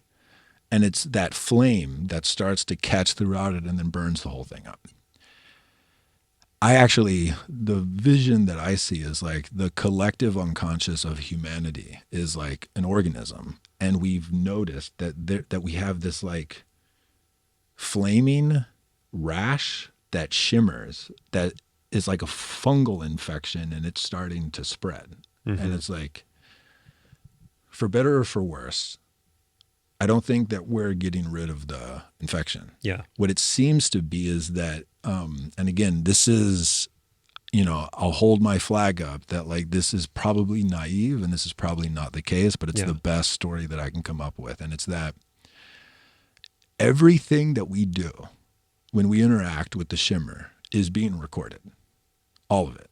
Like, there's not a person behind our phone being like, oh, I'm watching Erick watch porn again. But everything is being recorded into, you know, transistors somewhere. Yeah, like a digital Akashic record. Right. Yeah. And that at some point there will be a singularity moment where some type of AGI will be able to have access to all of that recorded information. And I think that is when a singularity is going to happen.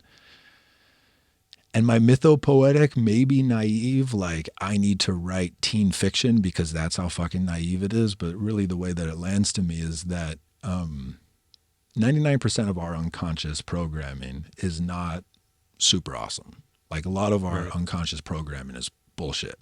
It's fear, it's separation, it's power, it's blah, blah, blah. But we all have that like 1% that's like the whisper. That's like the thread of conscience. That's like the consistent, always redemptive strand in every moment. And it's like, if we can act consciously in the shimmer enough, where we put in enough good truth and beauty and art and our dharma and all the things into the code that's being constantly recorded every time that we interact with it, if we can get just 1% of all that code to have like God, like, and God as the true, the good and the beautiful, then when this thing wakes up, it won't be a complete fucking disaster. That it'll have just a little, you know, like a thread through it. Yeah, I that's a really awesome metaphor, and I love your appropriation of that idea into this, because I think it's a really good one. And I really want to read that book now, because the movie's amazing, and I'm sure the book is just mind-blowing. It's almost the entire thing is this slow, disturbing, like, I really appreciate the writing. It's so unique, but it's like most writers, most artists who write stories feel like they have an obligation to the reader to stick to the form. This writer writes that story in the same way, like whatever your dreamer, like the thing in you that creates your dreams, whatever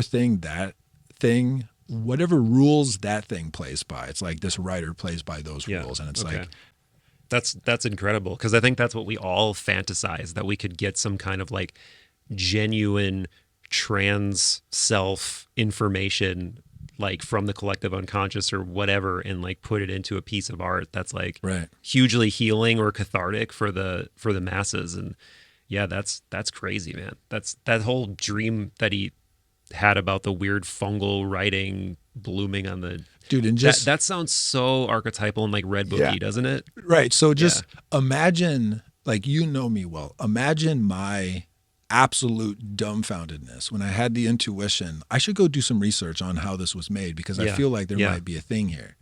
And then the first thing I learned is that the director read the story and felt like it was a dream. And so he did this spontaneous thing where he adapted it like it was a dream responding to a dream. And I was like, whoa. Yeah. And then I went and I looked into how the actual story came about. And then this dude who I haven't heard of, and he looks just, you know, he doesn't look like a me or an Aubrey or anything. It's because he got drugs. And so his consciousness changed in a weird way. And he had this weird dream and he just wrote it down. And it's just like my intuitions for what the process would be to give birth to a uncontaminated symbol that's coming from the collective unconscious. That's the best possible process that actually happened that I could imagine. Because just real quick, Jung has direct quotes where he talks about whatever the function of dreaming is to the individual. And like a big part of dreaming is your consciousness is trying to contend with energies that your current ego can't comprehend. And then that's when it brings in symbol to try to. Sure. That the cultural version of that is the creation of new myths. Myths are to the culture what dreams are to the individual. Yeah. And it's just like, this feels like a authentic dream. Yeah, it does. It's almost, you know what it also seems like it's another remix of is the sort of like Sorcerer's Apprentice thing, where it's like the sorcerer that knows how all the shit works is not home, and the apprentice is just like scrambling while all of this, you know, the Mickey Mouse version of it, where he like plays with the wizard's stuff and like everything goes awry and he just like can't turn it off and doesn't know what to do. In some way, it almost seems like that's not only going on the individual level, but on the meta level right now. Well, like, the terrifying thing is there is no wizard. That's what I'm saying. It's like the wizard, the wizard itself isn't home at all. Like it's like gone. in a meta sense, and like the collective unconscious or the zeitgeist or the spirit of humanity in general, like doesn't know how to contend with the spells it's cast. 100%. And now it's just like left to struggle with, as you put it, that fungal infection. But it seems like obviously, you know, if we're going to zoom out again and try to apply some kind of mythopoetic potential solution to this, or a Jungian solution, it would be how do you integrate that? How do you turn the fungal infection into a symbiotic relationship? Exactly. And I don't know if it requires a third thing, like a Hegelian dialectical thing where a third thing emerges, or if there's some way to make the two coexist. I suspect there does need to be something else that happens, like that shakes everybody, like in the same way that everyone's been collectively hypnotized and slow motion injured, like you've been talking about. I think there needs to be something else that like evokes something else in humanity, you know? But so trying to imagine what that would be is like, I just don't know. So there's a couple of mythopoetic frames that I've used to try to see hope, you know, in this. And one is that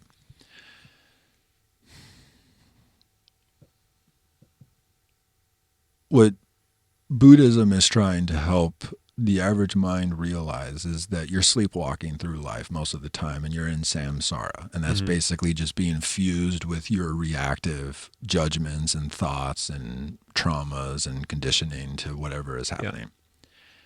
And that as you start to cultivate the capacity to defuse your attention from your reactivity, one of the natural effects in Buddhism, this is something, again, that I didn't know until the last 2 years. And once I found it, I was like, what the fuck? They have a whole lineage, like an entire tradition of over 1,000 years of once you start to wake up in waking life, you naturally start to lucid dream. Because the process of recognizing that you're fused with experience is the thing that would wake you up in a dream. And so as you start to train it in your waking life, a natural byproduct is that you'll start to become lucid more and more in your dreams. And they have whole cosmologies of different practices that you can do in lucid dreams because it's what will start to happen. Is this like Tibetan dream yoga? Right. Yeah. And so what I see is that the shimmer is actually the easiest level to start to practice that metacognitive waking up. Yeah. And so if you can just start the like we're all already addicted to the shimmer, but if you can just start to cultivate the practice of noticing when you've just stumbled into the shimmer, Yeah. that will start to feed your meditative practice. That can help you start to notice when you're just fused with what's happening, which will start to help you lucid dream more. And that, like, what a human consciousness is capable of, if it is consistently waking up to its own reactivity in the quote unquote real world, and it's consistently waking up to its unconsciousness in the shimmer, and it's consistently having lucid dreams where it's able to explore and learn things, and just the things that you could do if you had stable lucid dreaming habits. I think the type of artistry, because again, like if you or I actually got our shit together enough to consistently lucid dream, the type of shit that could come through us that we could give to the shimmer through our podcast and our writing, like, could be significant. So one of the things, I don't know if you and I talked about this. Actually, I do think you and I talked about this the last time that we talked, but it's like Jung articulated 2/3 of the individuation process, but he didn't dare claim the third stage, but he lived the third stage. Right. And the third stage is you give birth to prophetic symbols. And it's like, that is terrifying, to any healthy ego. Like, to any healthy ego, it should be terrifying to consider that you have the potential to give birth to a prophetic piece of art. Because 99% of people who believe that, it's bullshit and they go crazy. And even some people who actually do give birth to prophetic works go crazy. Yeah. And it's like, that's the weird thing about Jung's whole thing that I really have just started to appreciate in the last few years, where it's like, damn, you just didn't explicate the last stage. Yeah. The one that I'm the most familiar with is Murray Stein's 3-step process of the individuation. I don't know, cycle, I guess is the right word if you believe in reincarnation. Why not, since we're talking about Buddhism so much? But yeah, the third of 3 stages is the individuation stage itself, because the first stage is broadly, I don't know if it's the matriarchal, and then the patriarchal. That's what it is. And then the third one is the individuation stage. So in that model, it would be the fourth. Well, but the third I think is what you're talking about, because, I see what you're saying. Because it's the inward turn itself, and that's the point at which you're entering uncharted territory. Because like once you do the inward turn, it's like you've realized like the outer world doesn't have it for me. I need to go in and figure out what my daimon, my fate is, and execute an untraveled path. Like, what is my untraveled path? So it's almost like more than that, it's like you're entering the Shimmer Island, right? Because you're just like, I don't know what's in there. I got to go in there for myself and figure it out.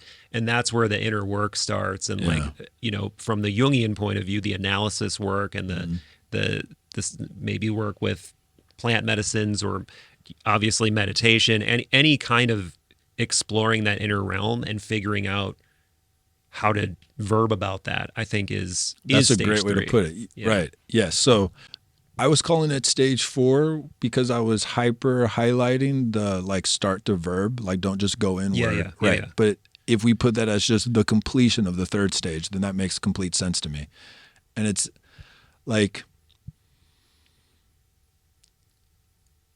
one of my intuitions is that, and I think that this is also one of the reasons why the shimmer, if you can use it intentionally, it is the thing that could potentially save us from this slow apocalypse, which is that the capacity for the virality of an idea whose time that has actually come can spread to all over the world in one day. Yeah. Has never been the case in history. And so it's like, if we can get our shit together enough to recognize when we're in the shimmer, and we can get to the point where we're verbing our individuation process into the shimmer, then an individuated human soul will put code into the shimmer through how it acts and through what it does, and that will be refracted. Yeah. And so the opportunity for a just atomic idea that can change everything, like, we are now in a time where it's ripe.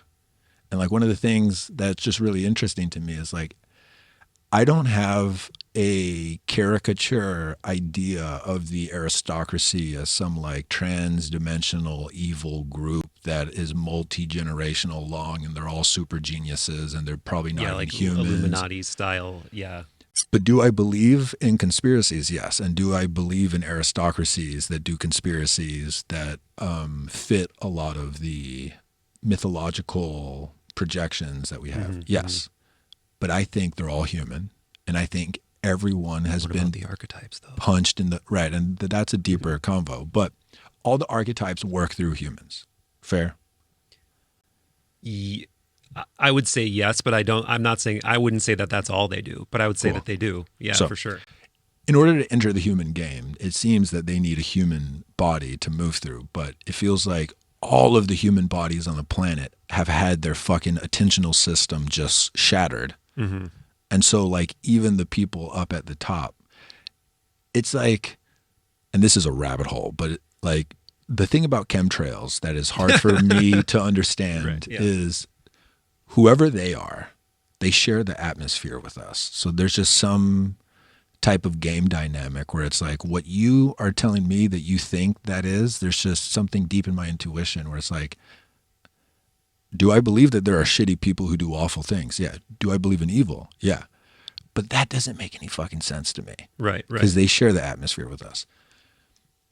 No one who helped create these technologies that have just completely ruined us knew what they were doing. Right. Because they've all been ruined by it too. And like, what's really interesting is if you actually do some of the research on the main inventors of the like key features that have allowed these technologies to become hyper addictive, almost all of them have had like coming to Jesus moments where they realized that like they hurt their kids. Yeah. Like that they could see what was happening to their kids, or they realized that they had injured themselves, and then they have to go through super elaborate like redesigning of their lifestyle because they recognize that like this thing, a slow motion Oppenheimer realization, like, well, I didn't nuke my kid, but I did kind of, because one of the things I didn't share earlier is that the correlation coefficient between being exposed to a bunch of lead as a child and then having decreased IQ is 0.09.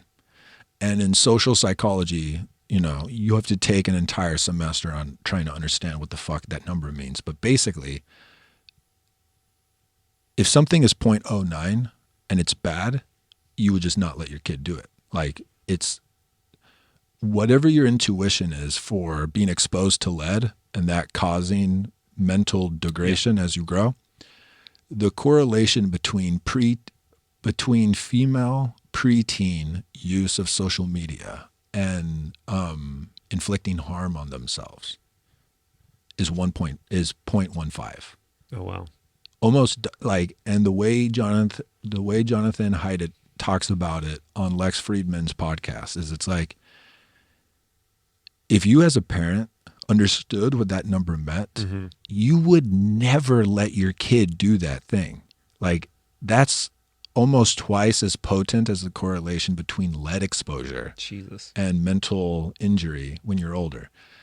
And that he goes so far as to say, and this is where he's gotten a lot of flack, but he just came out with his book. I haven't read the whole thing yet, but the thing that he's saying that is controversial is he's saying, if you look at this effect, and then you spread that out over tens of millions, 100 million people, like at least 100 million people have experienced some version of this in their preteen life, you know, like I don't know exactly the numbers, but that he thinks that you can explain the mental health epidemic that we're in right now almost exclusively on the confluence of these phones, which are like the thing to recognize is that all of Apple, Meta, X, TikTok, all these companies, they're competing with each other.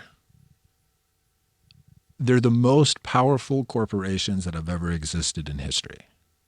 And they're competing with each other for how well does our model of our users correlate to our users clicking on ads. Because that's how the majority of them make money. Apple is able to not be in that game as much as things like Meta, but Meta and X and TikTok, that's the whole fucking game. And so it's like they're all these super organisms, like the most powerful, you know, like if you imagine this happening in biological life, it would be like if fucking lions were competing with killer whales, were competing with wolves, were competing with fucking whatever. Yeah. And so all of them are like, they are maximally incentivized to be as powerful and as addictive as they can possibly be. Right. And again, not to like spook people, but just so people recognize, like what I'm about to describe is not conspiracy. It's fact. And there's a Harvard researcher who has written a book, and she calls this surveillance capitalism. But the essence is that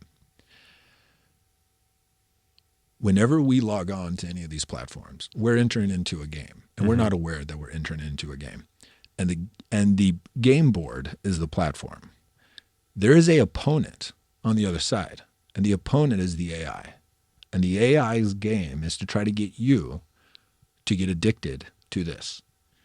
And the example that Daniel Schmachtenberger gives is that 50 years ago, the best chess player in the world played against Deep Blue and lost. And that was a big historic moment that a computer beat the best grandmaster at chess. The grandmaster knew the game. He was a master at chess. He knew he was entering a game with a computer. He had trained his entire life for the game. That computer beat him. That computer is infinitesimally as powerful as each of these AIs.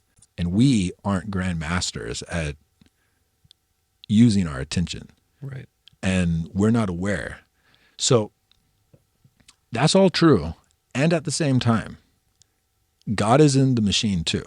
Like the amount of synchronicities and miracles that you can experience through using the internet is like, all you got to do is just take a moment to recognize, like, I forget what it's called, but there's some cognitive bias that when you don't like, you don't have a proper control. And so it's really hard to like know like what your life would be if X wasn't there because you don't have any type of example of that. But all of us would for sure be dumber than we are now, if not for the shimmer.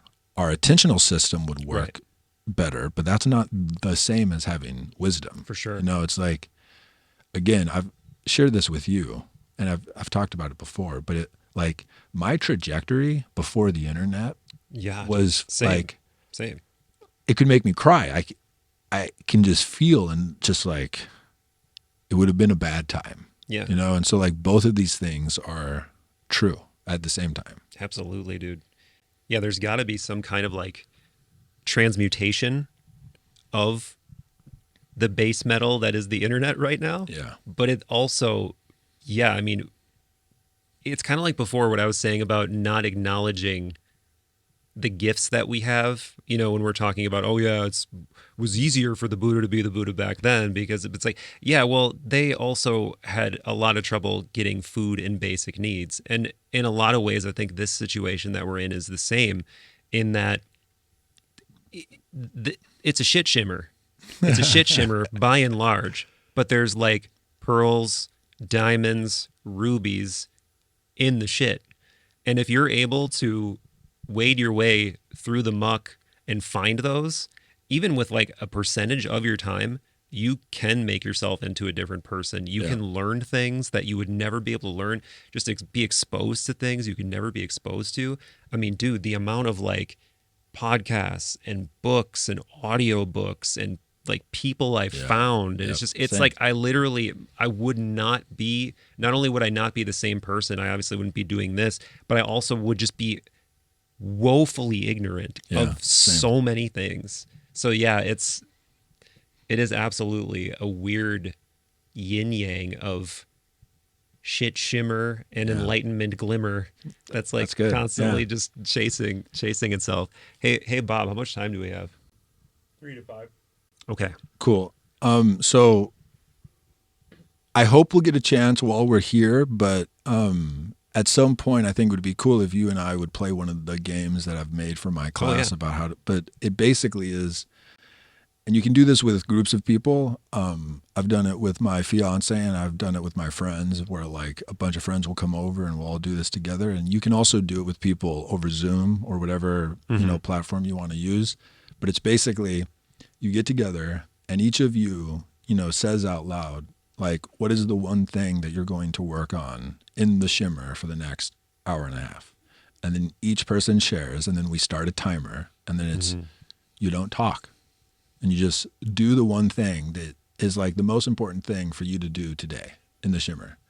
The frame I give people is, have you seen Stutz, the documentary? no, you always tell me I need to watch it though. It's so good. Yeah, Because you can feel, like he has that Robert Johnson energy where it's just like, you can just feel that like he has that like fuck in him. I don't know how else to articulate it, but it's like, even old men and women, but if they've given themselves to like the artistic process and they've gone places, you can just like, whenever like a poet is at the end of their life and they read one of their poems, you can just feel whatever that thing is. And because I am crass, I just call it fuck. But so he has that, and he has a bunch of like spells that he gives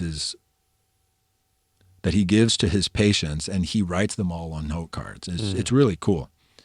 And one of his core spells that he teaches people whenever they start to work with him on like the first day is what he calls death cookies.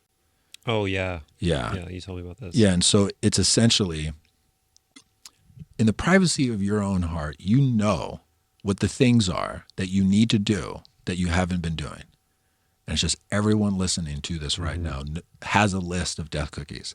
And the thing about them is they're not heroic often. Like one of my death cookies, as dumb as it is my laundry has sat on the top of my dryer for a week. And I just haven't fucking put it away. And it's eating at me. And it's things that can be that small. But then also there's the big ones where it's like, that the way that you left that conversation with your mom is not okay. And it's been 6 years. Or like, that what you did to your ex, you have to repent for. Like, you have to apologize or something. And you're just acting like it didn't happen. And what he talks about is that whenever we in our soul know that there's a thing for us to do that we don't do, it has a gravitational effect on us where it like eats our life force from us, because it erodes our self-respect, like really down deep. It gets into the like, you're a coward, like your inner voice is like upset because like, but as soon as you do it, you get back all the life force that it took from you, plus a little bit more, because you did something that you previously didn't think that you could do. That's why it's a cookie. Right. Yeah. Exactly. So it's death, because when you avoid it, it takes your life force. But it's a cookie that if you eat it, you get all of it back plus a little bit more, because you just did something that you didn't think that you could do. And that the whole fucking game of life, from his standpoint, is it's like, we're never going to get out of like having to contend with samsara. Like, you're always going to have to work and try. Yeah. And so the game is, every day when you wake up, remind yourself, go find the death cookie. It's like, if a day goes by where you don't eat at least one death cookie, don't lie to yourself. Like, you gave that day to what he calls what he calls part X, but it's the exact same thing that Stephen Pressfield calls resistance. And probably also that, whatever that word for the adversary, where you're turning away from the face of Exactly. God. Yeah. Right. So it's like, however far you want to go down. Satan means adversary. Exactly. Yeah. Right. So it's just like, how mythopoetically potent do you want to make it? Like, I'm dramatic as fuck. So Same. For me, it's like a day that I don't eat a death cookie, I gave that to Satan. You know, and I don't have the Christian thing, but it's like, whatever is the force that tries to negate life, I just gave a day to that thing. And it's like, I need that level of mythopoetic drama, because the thing that's so hard about our time is that what it means to be heroic in 2023, 24. In 24, is subtle. 99% of the time, it's the subtle shit. I forgot who talked about this, but someone was talking about how, like, if the U.S. got invaded today by China, most of us who act like cowards, we would actually be activated and we would go be heroic because it would fit a myth that we have. You know, like if we were protecting our people, everyone in this room would fucking go fight, even if you think that you're a coward. What's way harder is to live in so much comfort and so much opulence and to have the mental, like, metacognition to notice what are the actions that eat my life force. What are the slight little brave things that I have to do each day. So long story short, we all try to pick a death cookie and we get together and we all say what we're going to work on. And then we just work on that one thing for an hour and a half. And then afterwards we just talk about what it was like. And dude, it's that simple. And everyone who's done it, all of them are surprised. Like, what I constantly hear is, this is the most focused that I remember being, because there's something about doing it with other people.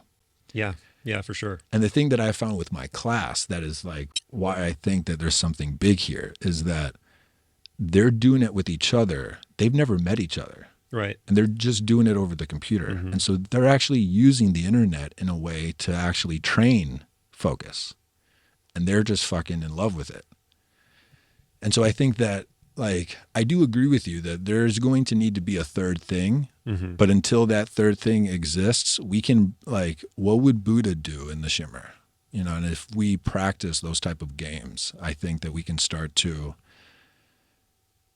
like, wake up a bit so that maybe, you know, if there's some really smart people, they can be like, what would the third thing be? Yeah. You know?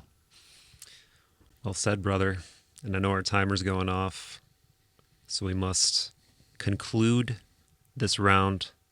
Love you. Obviously we could just keep riffing for sure for hours. And we're going to. Yeah. All right, man. Until the next time. Big love. Left hand. I'm lefty. Oh, that's right.